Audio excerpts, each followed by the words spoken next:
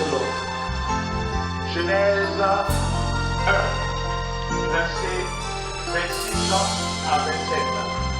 Genèse 1, verset 26 à 27. Quelqu'un peut dans Genèse 1, verset 26 à 27. Si loin de toi, Seigneur, sans but et sans espoir, ma vie Genèse 1, était si verset 26 sombre. à 27. Quelqu'un peut Dans l'ignorance Genèse 1, de ton verset amour, 26 à Seigneur, 27. j'étais bien égaré. Oui. Puis Dieu dit, Puis Dieu dit, faisons l'homme à notre image, faisons l'homme à notre image, selon notre ressemblance, selon notre ressemblance. qu'il domine sur les poissons de la mer, Qu'il domine sur les poissons de la mer, sur les oiseaux du ciel, sur les oiseaux du ciel, sur le bétail, sur le bétail, toute la terre, sur toute la terre, et sur tous les reptiles qui rentrent sur la terre. et sur tous les reptiles qui rentrent sur la terre. Verset 27. Verset Dieu 27. créa l'homme à son image. Dieu créa l'homme à son image, Il le créa à l'image de Dieu. il le créa à l'image de Il Dieu, créa l'homme et la femme. il créa l'homme et la femme. Amen. Il faut qu'aujourd'hui, là, si tu peux enregistrer ce qu'on va faire, tu l'enregistres. Parce que ce qu'on va toucher là est gros. Est gros. Et si tu maîtrises ça bien, normalement, si tu maîtrises ça bien, il y a des choses qui vont plus t'arriver. Il y a de nouvelles choses qui vont arriver. Parce que ça sera pour toi un fondement éternel. Jean, tu peux m'envoyer mon gros portable, et j'enregistre aussi. Allez, on ne sait jamais. Quand quelque chose sort et puis toi-même tu n'as pas préparé, mieux vaut manger aussi. L'homme, le thème c'est l'homme. Qu'est-ce que l'homme? Sur quel fondement Dieu a créé l'homme? Homme en tant qu'homme, on peut produire en nous-mêmes des choses bonnes. Comment en tant qu'homme, on peut produire en nous-mêmes des choses bonnes, agréables et parfaites.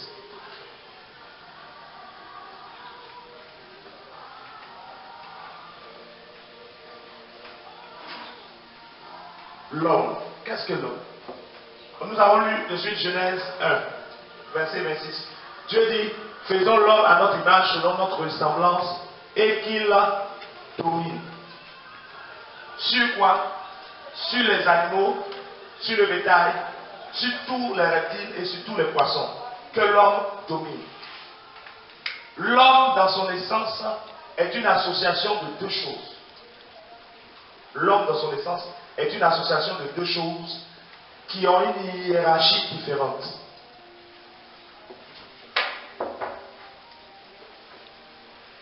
Deux choses.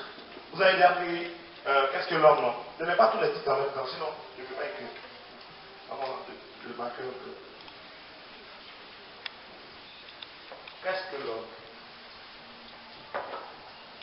L'homme, dans son essence, est une association de deux choses qui sont hiérarchisées. Deux choses. Genèse 2, verset 7. Genèse 2, verset 7 nous donne les deux éléments qui constituent l'homme. C'est un enseignement très, très important. Dieu créa l'homme de la poussière de la terre, qui représente quoi? Le corps. Quand on dit l'homme, tu es poussière, tu retourneras à la poussière. Donc quand Dieu a créé l'homme de la poussière de la terre, ça veut dire que le corps de l'homme est poussière. Donc on parle de la première partie. Et il y a en lui le souffle, c'est-à-dire l'esprit. Donc l'homme est constitué du corps et de l'esprit, dans lequel il y a l'esprit. L'ensemble forme l'âme. Les gens disent que l'homme est corps, âme et esprit. C'est l'homme est esprit dans un corps. Le tout forme l'âme. Quand on lit bien, on se rend compte que devint une âme vivante, ce n'est pas l'homme, Dieu tira l'homme de la poussière de la terre, il mit en lui un souffle et une âme, et l'homme est de... Non, non, c'est Dieu qui créa l'homme de la poussière de la terre, il mit en lui l'esprit, et l'homme devint, c'est un résultat, une âme vivante. Cette question-là a fait la polémique dans plein de lieux, et des gens, des chrétiens étaient troublés parce qu'ils se disaient, mais quand je meurs, c'est mon esprit ou c'est mon âme qui s'en va? C'est l'esprit. Parce que l'âme se sépare. On dit qu'il rend l'âme, ça veut dire que le corps retourne à la poussière, l'esprit retourne à Dieu. L'âme s'est séparée. Ecclésiaste nous dit ça aussi dans Ecclésiaste 12. Ecclésiaste 12 nous dit ça clairement. Il faut qu'on voit ces fondements-là pour mieux comprendre la suite. Il retire mon micro. Mettons-moi le casque là, comme ça je peux prêcher, lire en même temps. Ecclésiaste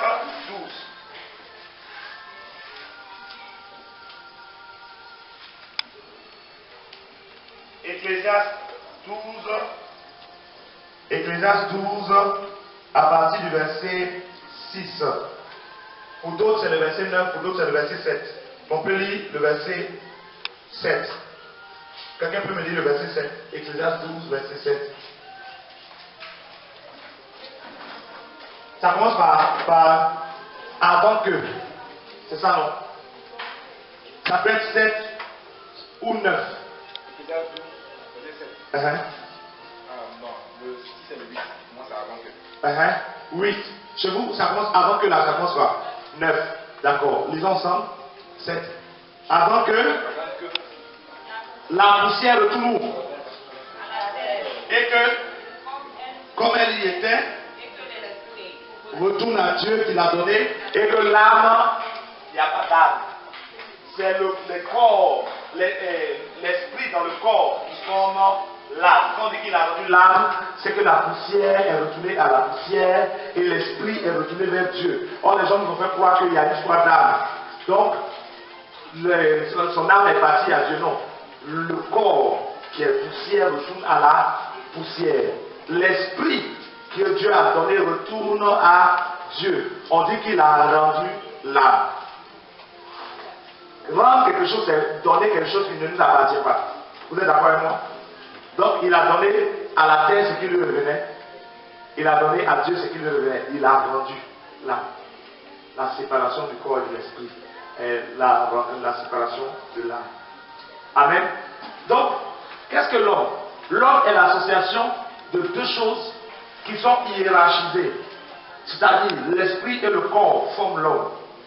Mais l'esprit est plus grand que le corps. Donc, l'esprit est plus grand que le corps. C'est pour cela que la Bible dit, la chair ne sert à rien. C'est l'esprit qui vivifie. C'est pour cela que la Bible aussi dit que le corps sans esprit est mort. Si de suite votre esprit, Dieu rappelle votre esprit, votre corps tombe. Vous comprenez? Donc, si de suite aussi je pose une question et que vous me répondez, ce n'est pas votre corps qui me répond, c'est votre esprit qui utilise le corps pour parler. Vous n'avez jamais vu quelqu'un qui est mort et puis on dit le mort en train de parler. Vous n'avez jamais entendu ça? Si. Dans les villages, les gens font la sorcellerie là. On dit désigne même les gens qui l'ont tué. Qu'est-ce qui se passe? Un esprit impur rentre dans le corps qui est déjà mort. Du moment où il y a un esprit dedans, le corps s'exprime.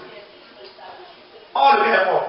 Mais il suffit qu'il y ait un esprit à l'intérieur, le corps se remet à trouver ses fonctions. Donc, qu'est-ce qui donne les fonctions au corps? C'est l'esprit.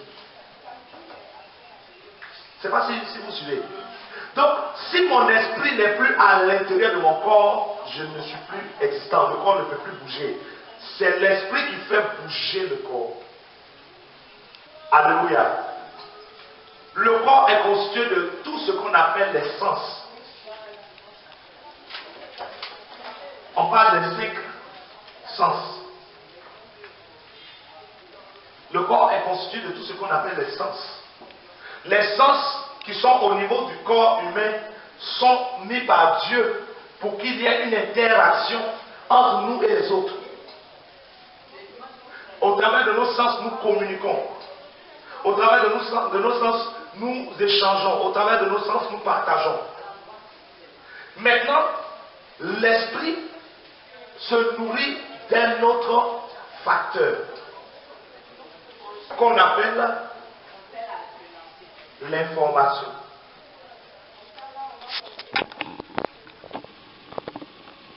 L'esprit ne se nourrit pas d'autre chose que de l'information. Alléluia. Un autre nom qu'on peut donner à l'information, c'est la connaissance.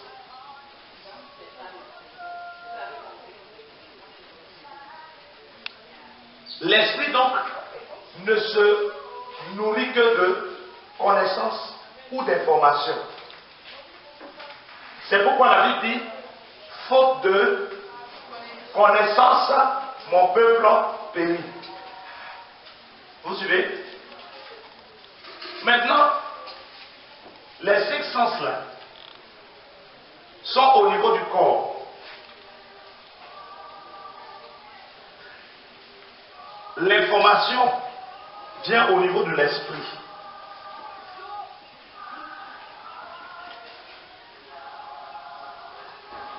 Les sens sont au niveau du corps, l'information est au niveau de l'esprit. Or, l'homme est l'association des deux. Il est corps plus esprit. L'homme. C'est ça, non? Donc, je mets ici l'homme pour qu'on comprenne. L'homme est corps plus esprit. Donc, l'homme est constitué de 5 sens plus d'informations. Vous suivez? Les 5 sens sont au niveau du corps, l'information est au niveau de l'esprit. Maintenant, on a dit que l'esprit domine sur le corps. L'esprit domine sur le corps. On a dit que l'esprit domine sur le corps, c'est ça, non? Donc l'homme est un ensemble de deux choses. Esprit dans un corps hiérarchisé. Donc l'hiérarchie fait que l'esprit est plus grand que le corps. Le corps n'est rien d'autre qu'un instrument. Votre corps, quand Dieu a créé l'homme, il a créé le corps comme un instrument. Si vous ne comprenez pas que votre corps est un instrument, votre corps deviendra un maître. Le corps est un instrument. Le corps n'est pas un maître. Alléluia. C'est pourquoi quand vous voyez Jésus, on parle de Jésus, beaucoup de gens n'ont pas compris pourquoi Jésus est Dieu. Ils n'ont pas compris que le corps n'est qu'un instrument. Celui qui existe est celui qui est dans l'instrument. Alléluia.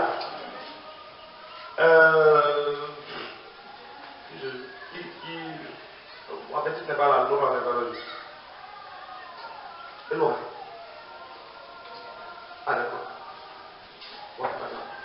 Donc, je suis en train de vous dire que le corps n'est qu'un instrument. Celui qui compte, c'est l'esprit. Est-ce que vous pouvez lever votre main droite, s'il vous plaît? On a levé la main droite. Est-ce que c'est le corps qui a levé la main droite ou c'est l'esprit qui a levé la main droite? L'esprit n'ordonne pas. Est-ce que c'est le corps qui a levé la main droite ou bien c'est l'esprit qui a levé la main droite? C'est le corps qui a levé la main droite? Non. La phrase, il ne change pas ma phrase. Est-ce que c'est l'esprit qui a levé la main droite ou c'est le corps qui a levé la main droite? Non. C'est l'esprit qui a levé la main droite. Pourquoi? Parce que si ton esprit quitte ton corps, la main droite se lèvera. Ou bien, le corps est inutile. Le corps est inutile. Il n'a aucune fonction. Il n'a que la fonction d'instrument. Entre la voiture et le chauffeur, qui conduit? S'il n'y a pas de chauffeur, la voiture est bloquée. Elle ne bouge pas. C'est comme ça le corps. Le corps est un instrument de déplacement, un instrument de communication, un instrument d'échange avec d'autres corps. Regardez, la Bible dit que Jacob a lutté avec un ange dans une grotte. Je ne sais pas si vous avez déjà lu ça. L'ange a frappé Jacob à la hanche, oui ou non? Est-ce que l'ange est physique? Est-ce que l'ange est physique? C'est un esprit. Mais il frappe Jacob à la hanche. Et l'esprit ne peut toucher le corps. Dieu nous a mis esprit dans un corps. Et notre esprit peut faire mouvoir le corps. C'est mon esprit qui fait bouger. J'ai envie de bouger, mais je bouge. Mon mari ne va pas dire non. Est-ce que vous comprenez? Donc le corps n'est qu'un instrument qui est soumis à l'esprit. Or, l'esprit se nourrit de quoi? On a dit l'esprit se nourrit de l'information, de connaissance. Ça veut dire que tout ce que ton corps se mettra à faire dépendra de l'information, de la connaissance que ton esprit a. Alléluia. Pardon, il faut vous écrire le vent. Si ton esprit a des informations erronées, ton corps aura des actions erronées. dans le sens de comprendre. Dieu a créé l'homme à son image. Dieu est esprit. L'homme est esprit. Tu n'es pas un corps, tu es esprit. À l'image de celui qui t'a créé. Dieu n'est pas chair. Dieu est esprit. Donc si Dieu dit créons l'homme à notre image, il crée l'homme comment? Esprit. Maintenant, comme il a décidé que l'homme soit dans un lieu qui est physique, il lui donne un instrument pour qu'il puisse agir dans ce lieu physique qu'on appelle le corps. Sinon l'homme est esprit. Nous ne sommes que des esprits dans un corps, naturellement chacun de nous. Maintenant, ce qu'on va appeler caractère, ou réaction, ou désir, est déterminé au type d'information qui est sémée en vous. Vous ne faites que retransmettre l'information reçue. Alléluia. C'est un peu comme les ordinateurs. On entre des données, l'appareil réagit en fonction des données. Lorsqu'un homme naît dans ce monde, il est vierge de corps et d'esprit. Et aucun homme ne naît avec un sexe. Qu'est-ce que je veux dire? Ou on va dire avec, quel est le mot même juste? Avec un genre. Voilà, avec un genre. Il n'y a pas d'hommes qui naissent garçons, ou il n'y a pas d'hommes qui naissent femmes. On est tous neutres. Je vous explique. Tout homme naît vierge de corps et d'esprit. Ça veut dire que dès que tu nais là, il n'y a aucune donnée en toi. Les données qui sont en toi sont les données de base que Dieu a gravées dans la conscience de tout homme qui arrive à la vie. Les données de base.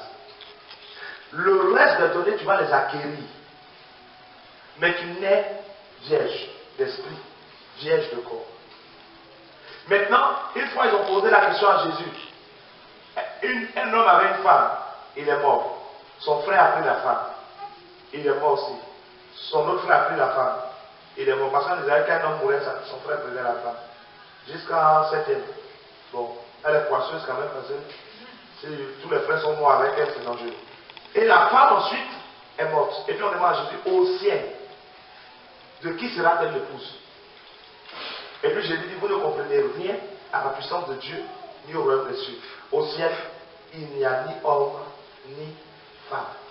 Ça veut dire qu'il n'y a aucune question de genre quand on parle dans le monde spirituel. Il n'y a pas de question de genre féminin ou genre masculin. L'esprit que Dieu nous a donné n'a pas de sexe. Aucun d'entre nous dans son a un esprit qui a un genre féminin ou masculin. Dieu n'est pas un homme, Dieu n'est pas une femme. Dieu est esprit. Je ne sais pas si vous comprenez. C'est très différent. Dieu est esprit. Donc Dieu ne peut pas se marier. Et il n'a pas envie de femme non plus. De la même manière, en esprit, nous n'avons besoin de rien d'autre que de Dieu. Maintenant, quand tu nais, le ventre de la femme ne peut produire que le corps. Dieu a donné à la femme la capacité de façonner le corps dans son ventre. Mais la femme n'a pas la capacité de façonner l'esprit. C'est pour ça que dans le texte, on a dit le corps retourne à la poussière et l'esprit retourne à Dieu qui l'a donné. Donc, quand une grossesse arrive à une femme, l'esprit de l'enfant qui va naître, c'est Dieu qui le donne. La femme ne façonne que le corps. Dieu donne l'esprit. Donc, l'esprit que Dieu met en l'enfant est un esprit qui n'a pas de sexe. Ce n'est pas un garçon, ce n'est pas une fille. Le garçon ou la fille dépend du corps. Je ne sais pas si vous comprenez. L'esprit est mis dans un corps. Ce corps qui naît là, on va dire c'est un garçon. À cause du corps, pas à cause de l'esprit. On va dire c'est une fille. À cause du corps, pas à cause de l'esprit. Donc on est fille ou garçon en fonction du corps où notre esprit est mis. Mais on n'est pas fille ou garçon en fonction de notre esprit. Donc si un enfant naît, et que depuis il est né, Il est garçon, il est né. Tu l'as mis dans le berceau rose. Tu le maquilles chaque soir. Tu l'habilles comme une femme. Quand il te dit jolie, mignonne, c'est mignonne, mignonne. Tu es en train de semer en lui les informations qui vont déterminer son genre. Il peut être garçon, mais il va se comporter comme une femme.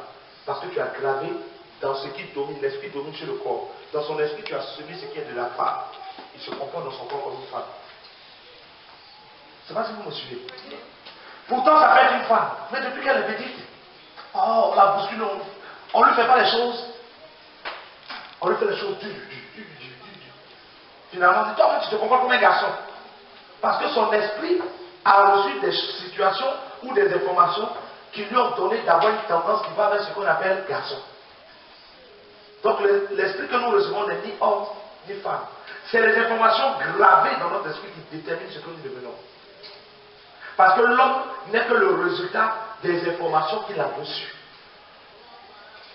Aujourd'hui, tout ce que tu es n'est que l'ensemble des informations que tu as reçues.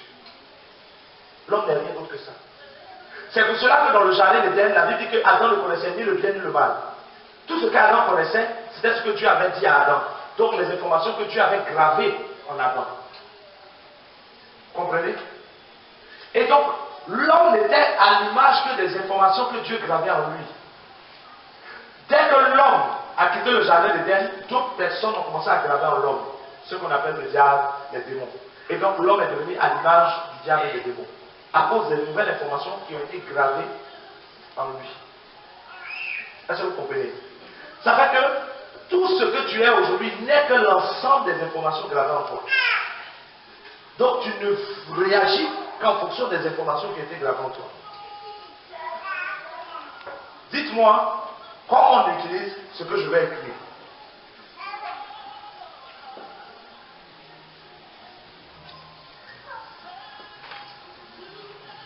J'ai une miel là. Comment on utilise ça? En Égypte. Comment on utilise cet objet là? Gildas, comment on utilise cet objet? Brief. En gros, si vous pouvez pas dire ça. La traiteuse. Comment on utilise cet objet là? Tu sais pas non? Combien tu sais? Alfred. Franchement, je sais pas. Vous n'êtes que l'ensemble des informations que vous avez reçues. Ce que vous n'avez pas reçu, vous ne pouvez pas l'utiliser. L'homme ne peut pas faire ce qu'il n'a pas reçu comme information. Si tu sais ce que c'est, tu sais comment l'utiliser. Parce qu'on t'aura déjà donné l'information. Sans que tu n'aies reçu l'information, tu ne peux pas opérer. C'est pour cela que dans l'Ancien Testament, ils n'ont jamais chassé de démons. Parce que l'information nécessaire pour chasser un démon, ils ne l'avaient pas. La Bible dit dans le livre de Deutéronome 28, verset 29, les choses cachées sont à l'Éternel, les choses révélées sont à vous et à vos enfants. Ce qui t'appartient, c'est ce qui t'a été révélé. Ce que tu ne connais pas ne t'appartient pas, parce que tu ne pourras jamais rien faire avec. Est-ce que vous comprenez? Donc l'homme évolue avec le type d'information qu'il reçoit. Le type de connaissance qui est semé en lui détermine ce qu'il devient. Alléluia. Alléluia.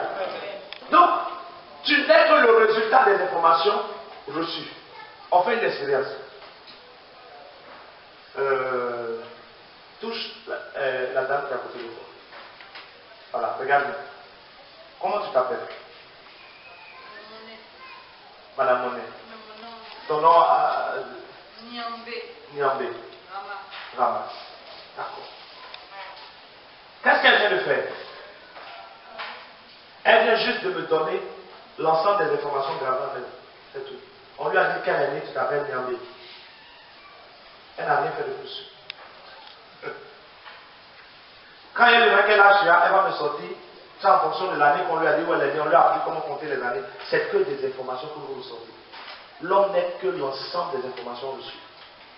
Quand tu croises quelqu'un, si tu es en Chine, bon, en Chine, je connais, mais je prononce mal. Donc, je prends. Donnez-moi un pays où en Angleterre, comment on se salue? Quand vous croisez quelqu'un, vous dites quoi? Hi, ou bien morning. D'accord. Si c'est en France. Bonjour. salut. Il arrive en France. Dès qu'il croise quelqu'un, il dit quoi? Salut. Ou bien bonjour. C'est ça, non? S'il arrive à Londres, il va dire morning, bien hi, hello. S'il arrive chez les Baoulés, il y a un mot. Il rentre quelque part. S'il arrive chez les BT, qu'est-ce qu'il dit? Ayao. Ayo. Bon. Qu'est-ce qu'il fait en fait? Il ne fait que retransmettre les informations reçues.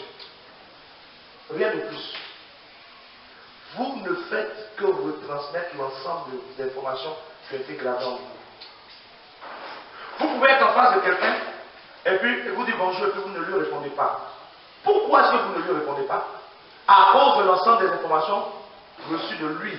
Les actions qu'il a posées sont données des informations en vous qui déterminent vos réactions par rapport à lui. Pourquoi quand vous voyez quelqu'un vous êtes content? À cause du souvenir ou de l'ensemble des informations recueillies sur lui et vos relations avec lui. En dehors des informations reçues, l'homme n'est rien. Est-ce que vous comprenez? Quand vous regardez même la création de l'homme, la construction de l'homme, tu peux venir pour à côté de tout papier. On va prendre un exemple sur un homme.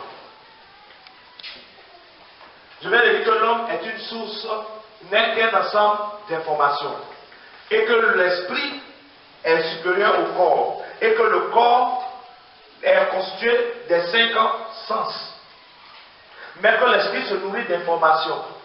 Donc si l'esprit est vraiment ce que je dis, ça veut dire que Dieu, en créant l'homme, a donc prévu un système de réception d'informations.